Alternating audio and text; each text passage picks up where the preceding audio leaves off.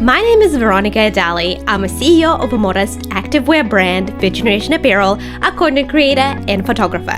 I've been through the trenches of entrepreneurship and now I'm sharing my story. I'm here to empower and help you work towards your dreams.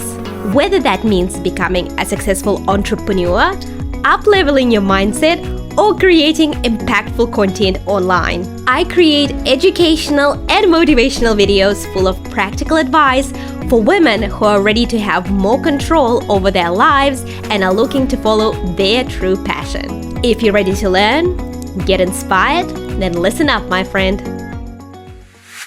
Hi everyone, welcome back to my channel. And today I have not one guest but two incredible guests, and I'm so excited to have them on. We wanted to do this for the longest time, but let's dive right into it. I have Mehdi Isa and Mubina here with me. They are the couple behind MehdinaTV, and the interracial couple trying to break stereotypes on niqabis, hijabis, and Muslims in general through their content on social media. Mehdi Isa is an American-Portuguese Muslim revert, and Mubina is a Pakistani-born Muslim. And they found each other, and they're going to tell you all about how they've met each other. But they've built an amazing community on TikTok, YouTube, and Instagram. And I personally found them over a year ago on TikTok. And ever since then, I've been a huge fan of their entertaining and very educational content. Welcome, guys. Thank you so much for having us. Thank you for having us. Thank you for having us. It's so cool. Yes. It's an honor, actually. Honor for us. Yeah, it's an honor. The feeling is very much mutual. I really appreciate you guys donating your time to the platform. I have a few different topics we want to talk about, so let's dive right into it. Tell us about your love story. I find it very interesting how you guys found each other, and I would love my community to get to know you guys. Yeah. Honestly, I don't even know where to start. I never thought that I would get married in the way that I did get married. I thought it would be very traditional arranged marriage, like, you know, everybody else. So the fact that I met my husband and the way it happened was just so Unexpected. It was very unexpected, basically, for not just me, for my family as well. And the way the love story, I don't know if I would like to call it a love story as much. Kind of transitioned into it was so natural that it felt like it was happening all in place. So I met him online. Actually, it's funny because we were in the same class, but I met this guy online. And I used to run away from boys. And I randomly got a message one day from this person, and he's like, "Can you edit my essay?" And I was like, should I do it? Should I not? I was contemplating, and I'm like, okay, you know what? I'm just going to pretend he's a robot, and I'm going to do his essay. So basically, yeah, so I wanted to improve my academic performance in our class. We had a mutual class. She was helping everyone out in the Facebook group. So I'm like, wow, you look really helpful. Let me reach out to you, and let's exchange papers and see where it goes. And then coincidentally, we happened to take a lot of courses together. We're a lot of psychology courses. And so we worked together for a period of like 4 years. But then there was kind of some misunderstandings here and there, because like I thought Mubina was a really nice person. I'm like, okay, we could be friends, because from the culture I was from, men and women are friends. Yeah. But then she kept a distance. I'm like, why is that? Like, even in the classroom we were in, I'm like, can I sit beside you? She's like, no, go sit over there. And I'm like, what? That's so I rude. would, because he wasn't Muslim, so he didn't understand the fact that I could not sit next to guys. Yeah. So I would like constantly have to tell him, can you not sit next to me? Like, can you please sit somewhere else? So basically what happened was we worked together for a period of like 4 years, and then feelings did start developing, but then we were different religions and we knew it wasn't compatible. I actually did not like Islam. I was like kind of like one of those Islamophobic people, because I would follow what the media was saying. But then I got to a point where I'm like, I wasn't living at home. I was living on my own. I'm like, okay, you know what? You've given a chance. Like, she spent time asking questions, talking to like chaplains about Christianity. I never really gave Islam a chance. Okay, you know what? Let me give this a chance and see. So I started researching for a period of a few months, started like trying the halal food, trying prayers, learning about how charitable they are, the things that they do. And then my perspective on Islam completely changed. So then that's when I started getting more into Islam.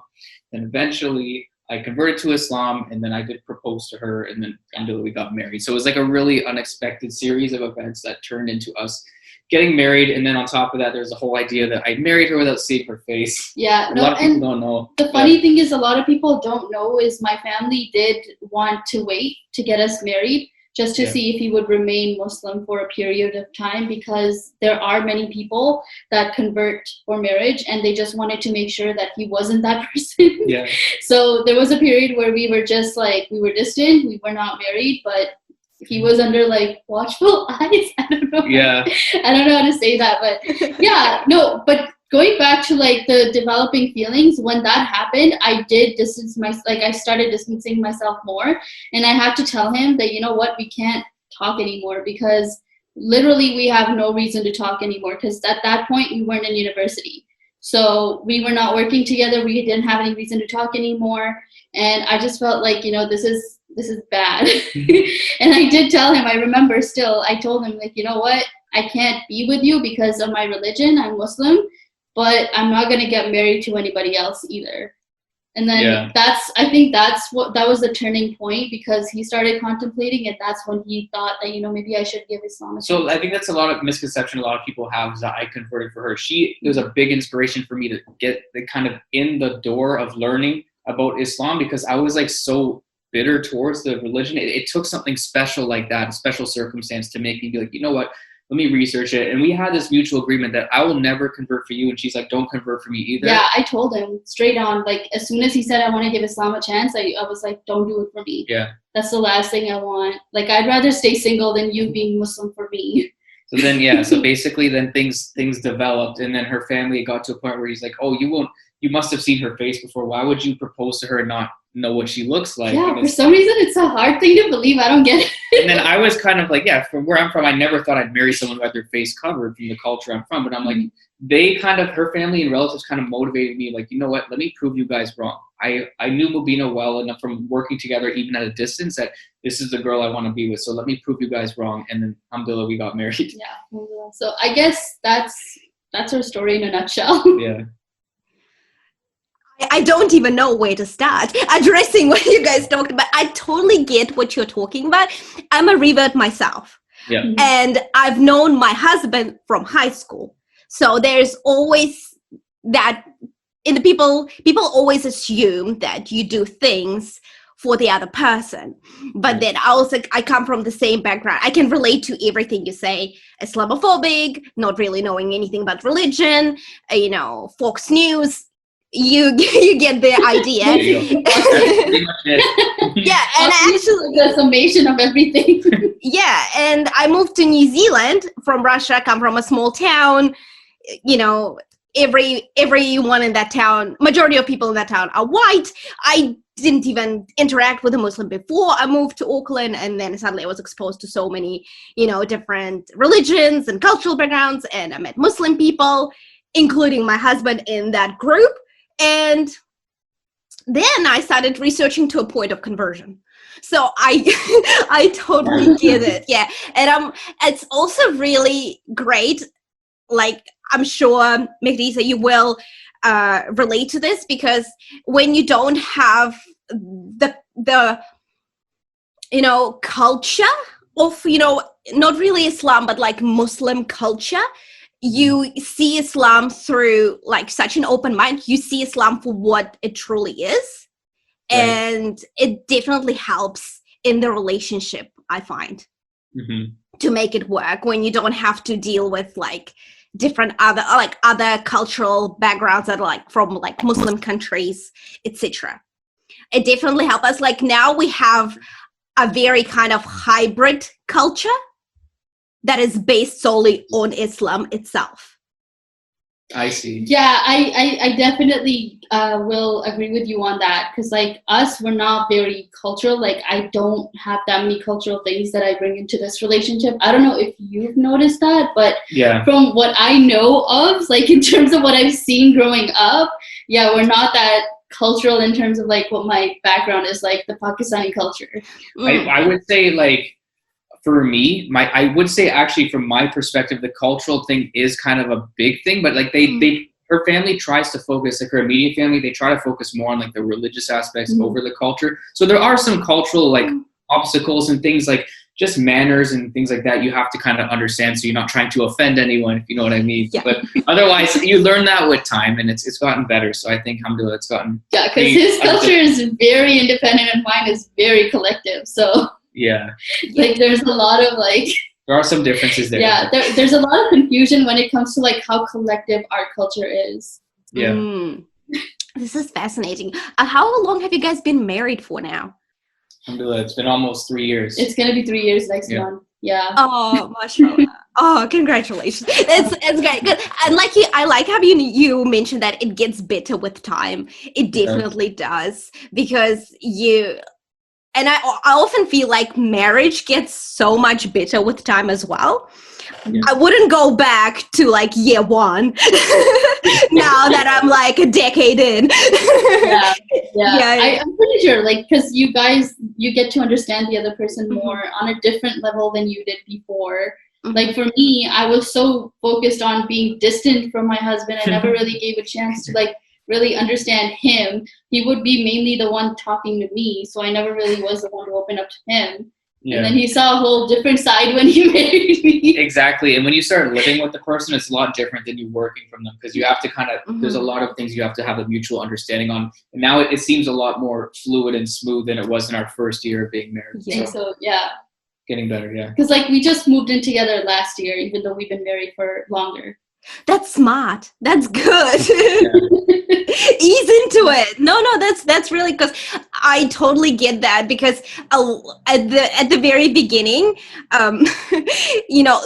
once you hit that domestic kind of life and you move in with a person and like you've been living your life, I was living on my own because I moved to New Zealand at such a young age, and from 18 years onwards, I lived on my own. I had my freedom, I had my way, and then another person joins in, and then you have to figure it all out. Yeah, for sure. Basically. Yeah. So that was that the motivation? You guys just wanted to ease into it? No, so we had a lot of family things that were going on, like in the background. It wasn't our decision to wait to move in. If it was my preference, we would have moved in the same time we got married, because there was a lot of difficulty, mostly on his part, because he was a new Muslim, and for him to understand the fact that you can't just move in together, because it's a more cultural thing to wait like a year after getting married to be with your wife, So he had a hard time understanding that, and like that kind of became a little bit of a confusing. Yeah, there's certain like family circumstances that like kind of prevented us from living together right away, but then alhamdulillah, we wanted to live together the whole time, but it had to wait. It was good though, I'll say. It felt like dating. It felt like it. I felt like I was doing something like dating, because that was the time when I got to go out with him and just go to restaurants, by ourselves. Yeah, I'd say that was the main thing. Like we would have obviously, for us in our situation, we would have loved to live together right away, but we at least had the situation, because like when I converted, we had to be very careful with our dynamic, because I'm now a new Muslim, and anything I do that's wrong, that's sinful on me, right? And for you as well. So we have to try to keep things halal. But after even if we weren't living together, we were able to keep things halal. But even if we weren't living in the same place, so that was good. So that was interesting. Yeah, I felt like I had a boyfriend. I can totally relate to that, because it took us 2 whole years of being engaged Islamically married. Oh yeah. Yeah. And so I'm really glad we had that. And then we had 2 more years before having kids. So that was also great. So you guys had a lot of time to get to know one another too. Yeah, absolutely. And that's why I could totally relate. Allah knows best, even though you guys said that you really wanted to move in together. Yeah. It all happened for a reason, and obviously for the better. Exactly. That's great. Well, let's dive into your social media personalities. I would love to know what inspired you to start. I'm wondering, did you guys start with TikTok or YouTube? So we actually started by wanting to do YouTube videos, but then I don't know how we came across TikTok. I don't even know, because like I didn't even know what TikTok was when we started YouTube. Yeah. I remember like when the first time someone brought up TikTok, I was like, isn't that like that dub smash app type thing where you just like do dubbing? I thought it was such a weird app to be on. It was like Musically. It was called Musically. Was before. it? I don't know. I don't know. I'd never heard of that app before. Yeah. So I don't remember or recall how we got onto TikTok. But I think my friend. Oh wait, I remember. My friend was sending me TikToks, and then she started telling me to make TikToks so that we can share in our friends group. And I was like, wait. So some of these profiles can be public. And then we decided to post some videos that were like funny, but just weird. Just trying it out. We weren't really doing as much Islamic content, kind of. Like I was doing some more conversion videos in the beginning. So if you go to the very bottom of our channel, more conversion. More kind of me in there, conversion. But then we did some videos eventually about her face veil and just kind of like, boom. All these questions and everything, like people love that. Our love story was our first the love story was the first viral video was our love story that we had done. Yeah, I think that's where the whole face veil thing came in because people were fascinated by the fact that he waited till like after marriage to see my face. Yeah. And then from there, that's where it all began. And like before that, we had no idea that we could even do anything on TikTok.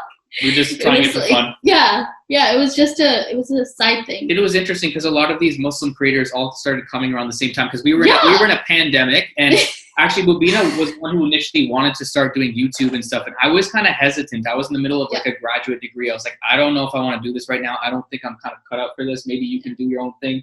But then we just tried it out for fun, and then it's actually really funny because my friend, she would send me videos of Saleh family at that time. Yeah. And she'd be like, oh, there's another couple like you, you guys should make TikToks too. And I was like, huh, really? And then I was like, oh, wait, there's a convert in that relationship too. It's very similar to us, yeah. I was like, you should do videos about conversion. So I think like all of that collectively got us on TikTok. Yeah. It's so funny. Sana Saleh was the one who told me to go on TikTok. She's actually my friend. Okay. We've been friends years ago. We've met on Instagram through our businesses, and it was I've known her for ages, and she was the one who got on TikTok, and she experienced a lot of growth, and then she was like, you gotta be on TikTok, and then it took me like 6 months to get on TikTok. It's crazy. Small world. How do you guys make sense of the apps? I had no idea how TikTok worked. I had no idea how Instagram worked. I still don't know how Instagram worked, to be honest. I'm still trying to learn about how it's Instagram a bizarre world. Like I didn't have an Instagram before. We just thought I was in the age of just watching YouTube videos. So I didn't know anything about TikTok. We're just like, let's just be a YouTube couple channel and see where it goes. Talk about our stereotypes that we're breaking and then just go from there. But other platforms as well. No, those are nice platforms. It's just I had no idea how those work. Yeah. Like I can be tech savvy, but I was not very socially enough when it comes to social media. Even when I had my Facebook, I barely ever used it.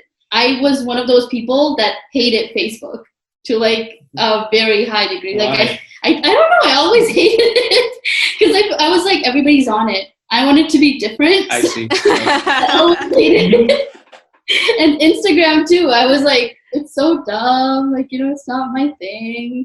And now that I'm on social media, I just look back and like, my old self would be like, what are you doing? Yeah, like if we went back and saw what we're doing now, it'd be like, what? Like, yeah, I don't think my old self would be able to believe that I'm on social media right now. Yeah. I totally get that. And it took me a while to figure out TikTok as well. Yeah. I can definitely relate to this because I started doing videos just so I could edit in app.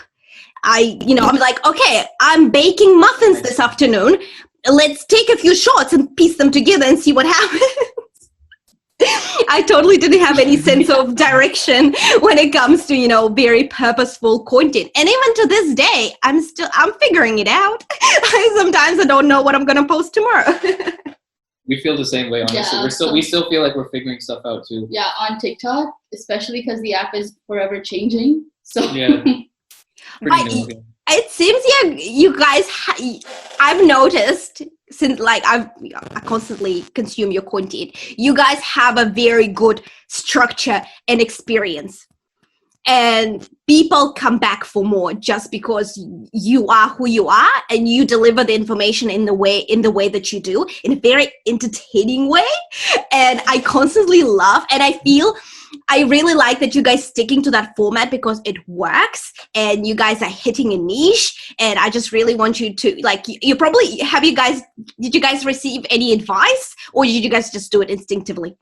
I think, you know what it is? I think what really helps is I was someone who like kind of like what you were saying, as an Islamophobic person, when I was trying to look up information about Islam, even when I was converting, there's a lot more technical information on YouTube, and I'm like, I don't really like learning from this. Like I want to show people what Islam is like, but in a way that non-Muslims can understand. Someone where I'm from will understand. So we kind of mesh that with like a born Muslim who knows things and combine the I don't know anything. Like we just want to make it like, because honestly, when you combine like knowledge type content with fun, it makes people a lot more interested. When you make it like kind of bland and boring and technical, people just want to click off. And because it's more relatable. It's relatable and it's fun too. Yeah, because they know this happens in real life, but then it's like it's delivered in a comedic way.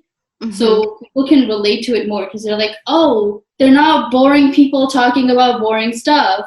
They can be fun too. Because a lot of the times people have this concept that Muslims are extremely reserved and boring people, which is so weird to me because I was never that person. Mm-hmm. And I still remember in my university, there was a girl who came up to me and she was like very, very timid. She's like, can I ask you a question? And I'm like, yeah, go ahead. She's like, don't be offended. I don't want you to be offended. I'm like, I won't be offended. She's like, can you tell me like why you cover your face? And I'm like, you know, you didn't have to feel offended asking me that question. She's like, really? You don't mind? I'm like, no, not at all. Yeah. She's like, well, other people mind. And I'm like, okay, why? Yeah. So I think that's where I got the concept that, you know, you can deliver these things in a comic way so that people know that you can be fun too. But I think over time too, with more practice and experience, things get a little bit better. Because I remember in the beginning, if you look at our earlier videos, awkward. They're more awkward and kind of more still. I was like kind of more monotone, just kind of standing there. But with more experience and you get feedback from people, we didn't really have anyone advising us, I don't think, on how to make our videos. We just kind of take the feedback and you get more comfortable with the camera. Because at the beginning, I was not comfortable with the whole camera thing. And it gets better though. And in terms of the question you had about the structure of our videos, I guess we saw what people liked in terms of the comments we were getting. And then from there, if they liked something, then we just kept doing it because it was working and people were understanding it better that way. To be fair, I wish TikTok would push out other kinds of content as well, because a lot of the stuff that gets pushed on our page is face veil stuff. Yeah. Like we would love to talk about other content, but then those videos just don't get pushed out. Yeah, so they don't as much, but it's what it is. We try to find a balance and try different things and see what people like as well. Yeah. But you know, let me just change your perspective on that a little bit. You know what? Your videos, those videos will, because people will discover you through the viral content, and then most likely they'll continue seeing your content and they will go on your profile and binge on your content. Mm-hmm. And that way they will see those other videos. It's like, that's why it's so, that viral video is like a handshake, you know, it's like the first impression. That's how they get to know you. And then once they dive deep, and hopefully a lot of them do, then they feel like they know you and they can feel that they are friends with you, and they will get that knowledge and that, you know, information from your content a little bit down the line. It's like a funnel. In business, we have a sales funnel. You introduce people to something and then it goes deeper and deeper and deeper. And that's how it's going to be with your content. I'm sure so many, like, that's because that's what happened with me. I've seen one video of yours, and then I went and I binged. And now I just get your content all the time. So yeah, you have to look at it that way. We get like a lot of new people sometimes asking the same question. Like we'll cover like a face veil, and then it's like, oh, but what about this about your face veil? It's like we answer it, and then I think when you have a lot of new people coming too, you have to kind of repeat certain. Yeah, you do have to repeat certain content because it gets old, and then people can't scroll down that deep, so you have to redo content like that. But I think go ahead. Yeah, but then people who know us, they're like, oh, you've talked about it before, and we're just like, yeah, we did. Yeah. And I'm glad you remember. Yeah, and you see, that's great. You know that you're very deep with that person. The connection is definitely there. No, that's great. And the thing is, it's good that you guys repeating the same content as well, just because this is your message. This is what's, drives you. And you never know when's gonna come across the right person. So and also with people, they need to see or read or hear something at least 7 times to form an opinion about it. So Great point. Keep on showing up, even if it feels like it's the same message to you. It's not to other people. Good point. Exactly. It's true. Fantastic. I like that you guys address a lot of, let's say, taboo topics that people don't want to talk about or feel like, like they don't know how to approach other people about. And that's great because the conversation need to be happening constantly. So what has been the most challenging topic that you've tackled so far through your content? Ooh. I think there are 2 that I can mention at the top of my head. One is the adoption topic that people could not grasp their head around. And the funny thing is, we didn't think that it would be a controversial topic when we made the video. Yeah, exactly. We thought it was just something we're sharing with the world, right? Like, this is how we do stuff. But apparently, so many people who were adopted started commenting and saying, well, I'm adopted. You're basically saying that my mother can't show me her face. And I was like, no, we're just saying this is how we would do things. So I think that was one of the most taboo topics that we covered, because the way we adopt as Muslims is not the same as people adopt in the Western society. And I think to tackle that, like, we've done this topic a few times and we've tried to improve on our points every single time so that people understand what we're talking about when it comes to adoption. And we have to make it very clear that, guys, just because we do this, just because this is how it is, it doesn't mean that I'm actually gonna go and adopt a person and deprive them of not seeing my face, I wouldn't make a person go through that. It's just torture. Yeah. So I guess, those topics actually help us learn as well. They help us improve the way we make our content.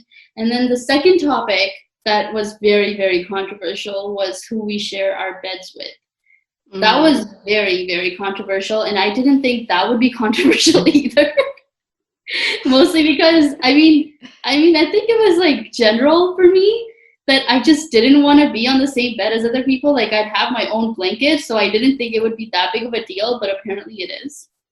Yeah, when I first learned about these topics, I thought it was kind of weird too. But then you have to kind of research and understand. Another one that's a more, the LGBTQ plus topic is one that we have to be very sensitive about. And I try my best to be, because I have an uncle who is part of that community. We've had friends who are part of the community. So just trying to bridge a gap and just show some sensitivity and empathy towards other communities as well, I think is really important. I think as Muslims, we need to do a really good job at explaining how we need to see everyone as a human being. Yeah. At the lens of them being a human, treating them like a human.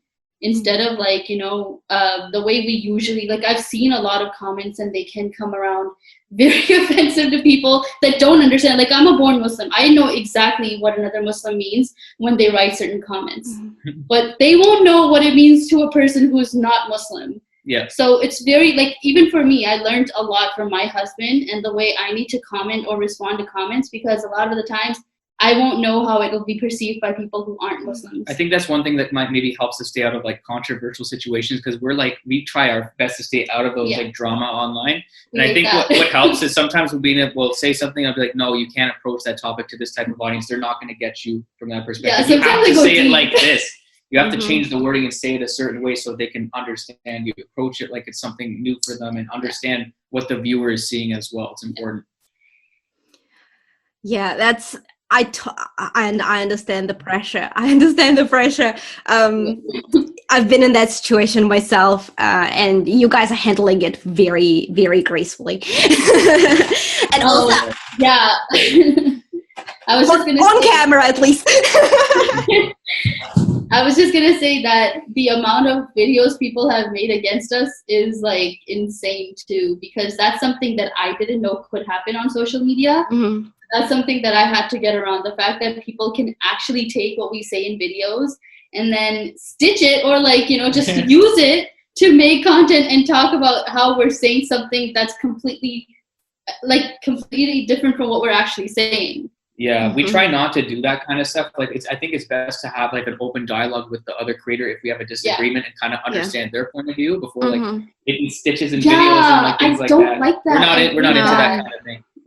I really dislike that, because like I can't with drama. It's so, we have such little time in our day, and it's I just like to stay away from drama. Stay away. Yeah, stay away. Yeah.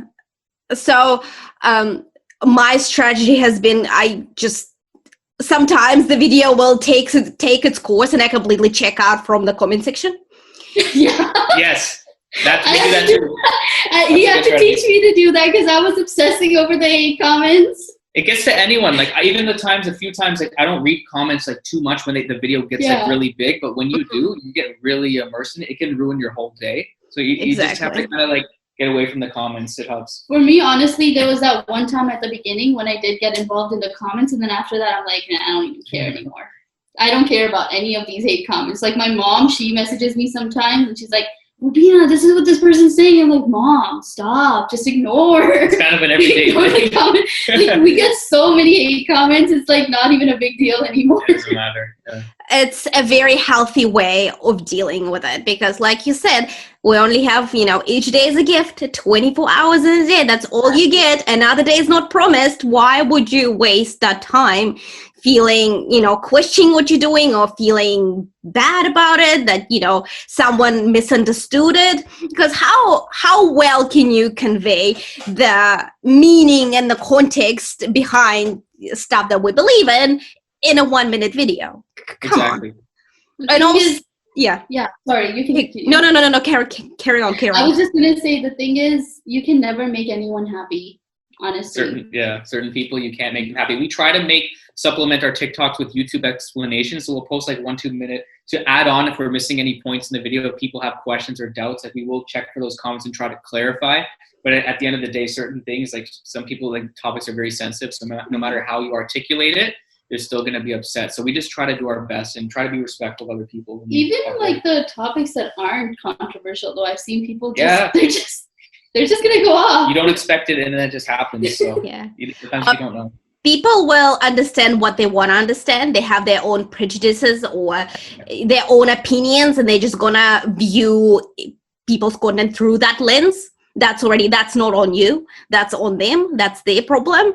And with comments as well, sometimes they might be saying something, but you can't read the tone. Maybe they're trying to be respectful, but with comments, it's so tricky, because you can't read the tone. You can't sense person's intention. You can't physically see them just to see their energy and their demeanor.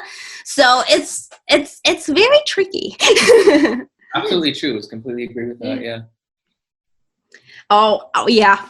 I really didn't like with this interview when I was free. I was like, maybe we should stay away from, how you deal with hate and all of that stuff. Well, we dove into that territory. It's like an everyday thing. It's part of doing it. Yeah, it's part of like the social media. Like, you can't stay away from hate comments. I thought that when creators made content before reacting to hate comments, because I used to watch YouTubers who made videos like that, and I was like, I wonder how much hate comments we get if we ever do this.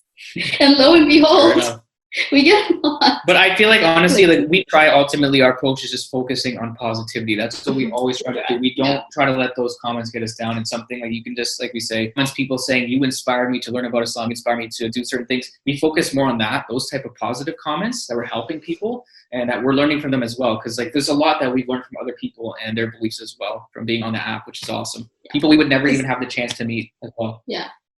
This is great advice. And the thing is, 99% of the response is usually positive. But as people, we just tend to kind of cling to negativity a little bit. It rubs us off the wrong way very naturally. So, but it's important to focus on the positive, and that's definitely the right way to go about it. And the right way to maintain your sanity and mental health and preserve it a little bit.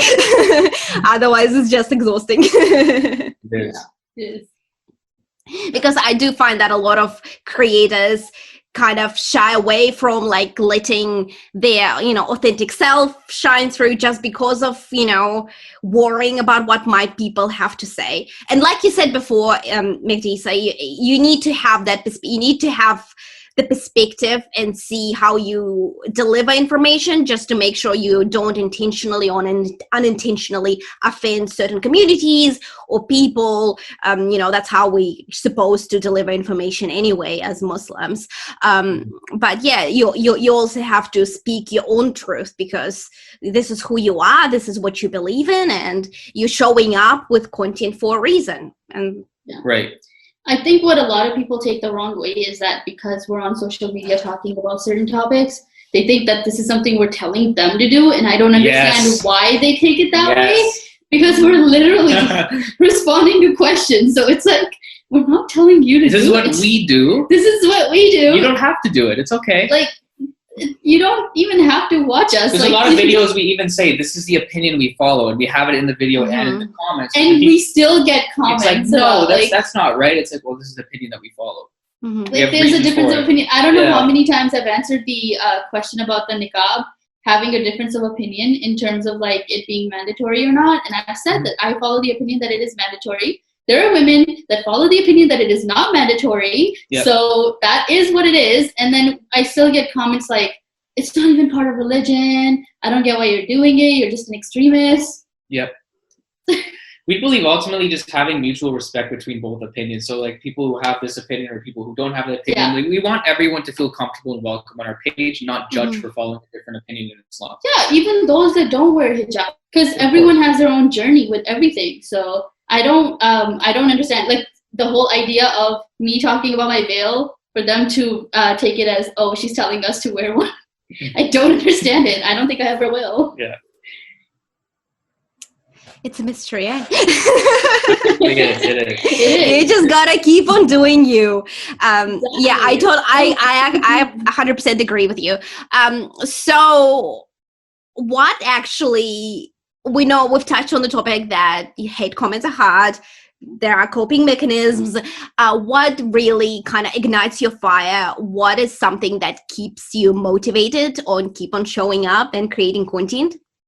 You know what's great? Like the messages that we get where people say you inspire me to learn about Islam, or even the people who are like, oh, I'm not interested in learning about Islam, but you opened my mind to something I never knew. Those are awesome. But what's been really cool is as our social media has developed with time, we get more and more people actually recognizing us in person and having conversations with us. Be like, oh, you guys are from TikTok. I love your videos.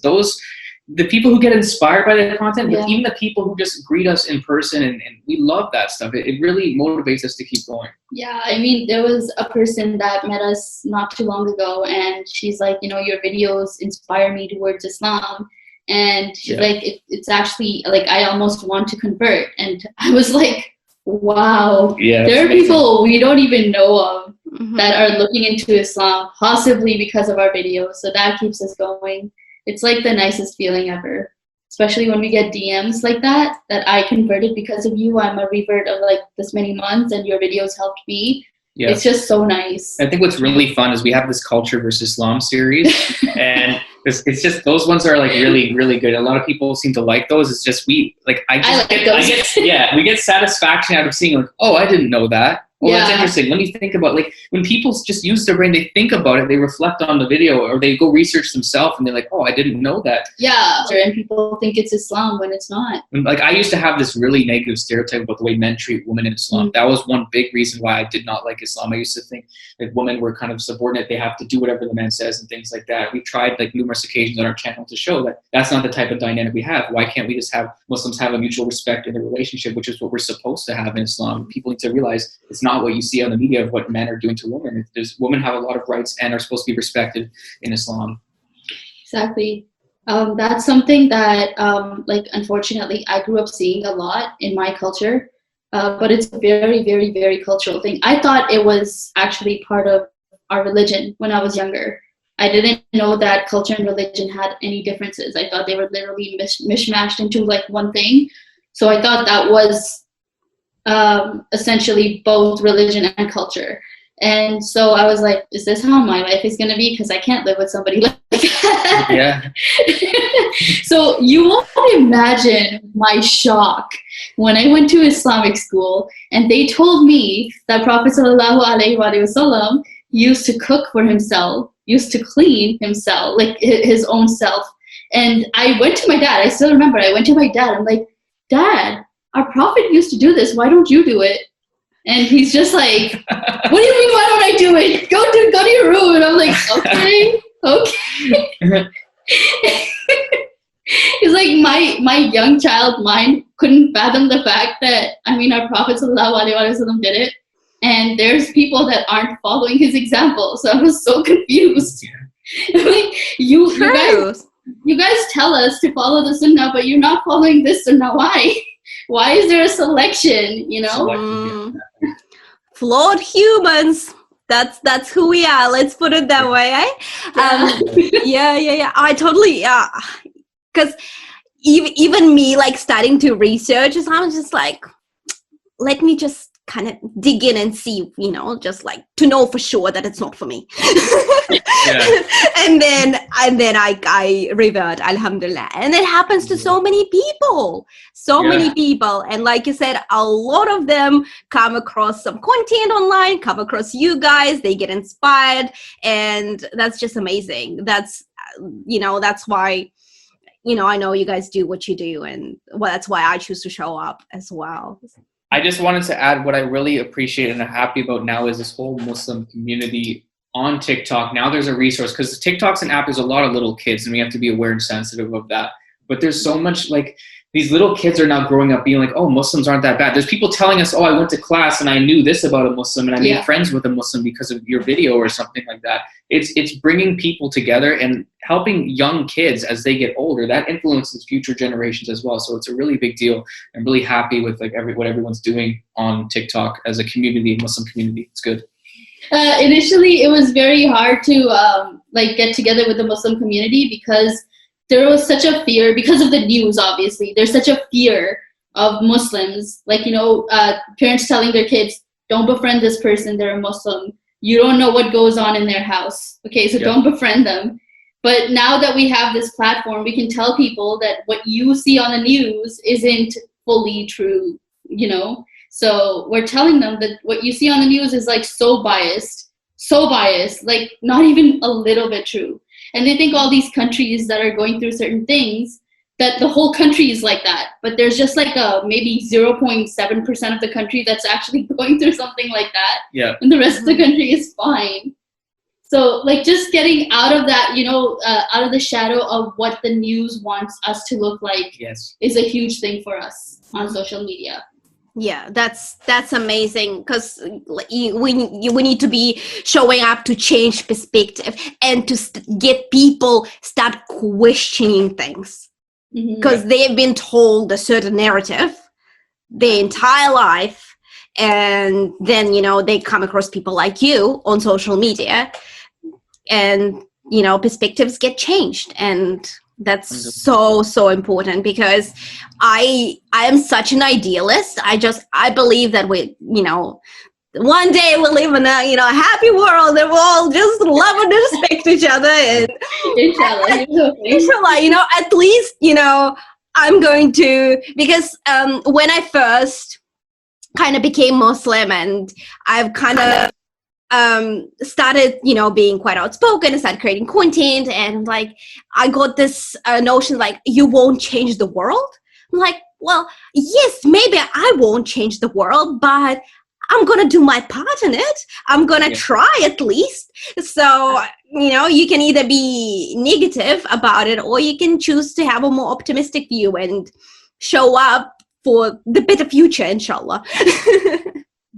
Exactly. I think we all contribute collectively to changing so many people's opinions. It's not just one page. It's like all of us together. When I see all these creators, I love it. It's like, let's just keep this going, this positivity going. Like you said, it's good. One thing that makes me very concerned, and it's a very, very minor part of like what we do, but one thing that does concern me is the fact that people think we're pretending online.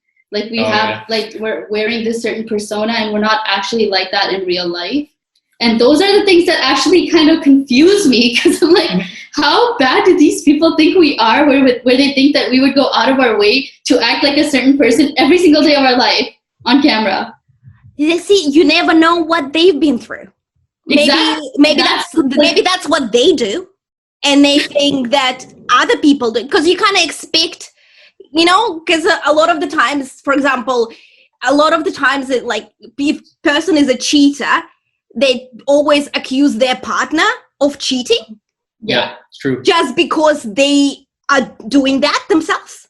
Yeah, exactly. So it's kind of like you have certain expectations, and sometimes that could be the thing. Because, once again, you don't know what people are going through in their lives, and you never know what trauma they've been through. You don't know what is their close circle like. You just don't know. And they will form those opinions based on what they know. And it just comes off a little bit messy. A nice way to put it.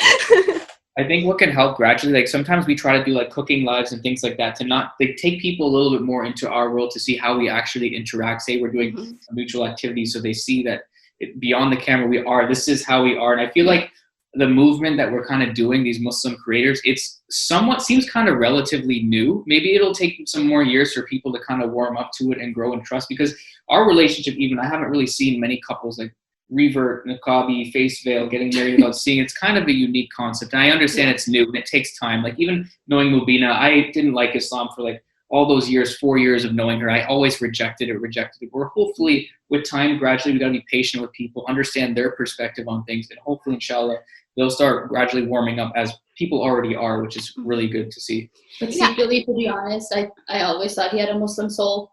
Yeah, she says that. I can tell you so many people that I've told that this guy has a Muslim soul when he wasn't Muslim. Like literally when I talk to him, it seems like I'm talking to a Muslim guy, but he's Christian. Yeah, I think for me, like I was always a very spiritual person. I always believed in God, and I always wanted to find the truth. So I feel like my intention was pure. It just didn't. It happened at the right time when I learned about Islam. And I remember telling him one summer, I don't remember which summer it was, but one summer I told him, like, promise me you'll read the Bible. At least, like, eventually you'll get to read the Bible. And he's like, yeah, maybe when I'm really old. And like, what do you mean read the Bible? Like I told you, like, just read your book, study your religion. Thoroughly study it. Yeah, study your religion. Yeah. I told you to do that. Because I go to Catholic school and we would learn things, but like I haven't studied it like front to back, like super thoroughly is what she means. Yeah. Yeah, because like his education on Christianity was very surface level, like what you expect people to like know about Christianity. And he, like, I would research stuff and I would be telling him stuff from his books, and he'd be like, no answer. So I would tell him, if you study your religion, you'll eventually find Islam. I was that certain of it. And I remember I was so certain when he told me that he was going to look into Islam. I knew he was going to convert, because there's no way that you can look at Islam in an open-minded way and not convert. Like it just. That's what I believe that too. I think as a revert, you would know is if you're open-minded about it, you just like put some biases aside. Yeah. It's hard not to say no to it, honestly. Like for me, I think, I don't know what anyone could tell me to not be Muslim anymore. You get what I'm saying? Yeah. Like that's how like firm it is for me to know that this religion is true. I don't think anything in the world can convince me that it isn't. We don't say that in like an arrogant way either. Just it's not an arrogant thing. Of course not. Yeah. Because I've heard so many opinions. I've talked to so many people, and I've talked to so many religious people from different religions. To like, and I've had like deep conversations with them where I asked them questions about their religion, and nothing they said could convince me. If anything, they made me feel like I was following their religion by default. That's what I respected about her, because like one reason that motivated me to learn is I saw her putting in the work to learn about Christianity and other religions. I spoke to his chaplain. She spoke to my own chaplain. She gave me his chaplain's number, and I spoke to him. Yeah. And he's like, just speak to him once, you'll be convinced, right? I was like, okay, I'll speak to him. And then I spoke to him, and at the end, I was like, I feel like I'm already following Christianity, like the way you're describing it. He's like, yeah, you probably are. We're 90% the same. Like, okay, then I don't really need to convert. Yeah. I just felt like I was already doing a lot of things they are already following. So it didn't really convince me in any way.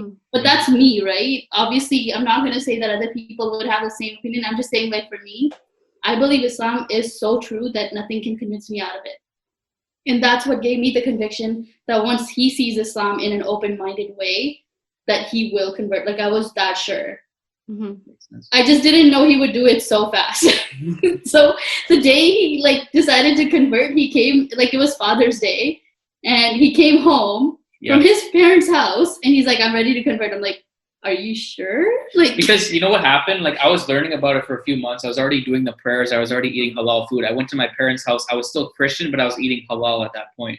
So it was like, I was trying to have to dodge around food. Like, oh, I can't eat the steak. Can I have the fish and the vegetables? They were kind of like confused. And I'm like, I'm not the type of person who wants to hide what I'm doing. And if I'm already doing all this and I believe in it, what's stopping me from becoming Muslim? So that was kind of a trigger point where I went home and I said, hey, you know what? I'm ready to do this. I've done enough research. I've done enough practicing of this to believe it's true. Honestly, that did shock me though.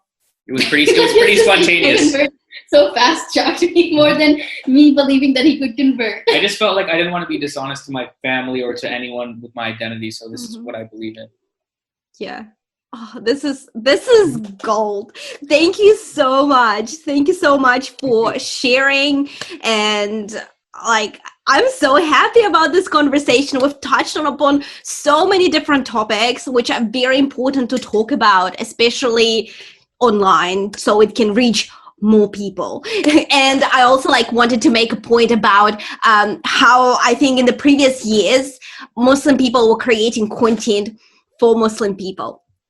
And now it's changing. Muslim people are creating content for everybody and for non-Muslims to bring awareness. And so we can finally take, the control of our own story and share things truthfully and accurately rather than, being represented by other people and telling the world who we are and how we are, without even, it being true. Great point. We're like the worker bees. That's a great analogy. Yeah. Fantastic. Before I let you guys run away, can you please tell everyone where they can find you online? Yeah, so you guys can find us at MehdinaTV.com. Or no, sorry. At MehdinaTV. We have the same name for our YouTube, our Instagram, our TikTok. We also have our personal Instagrams, which are linked on our Instagram bio as well, where they can find us.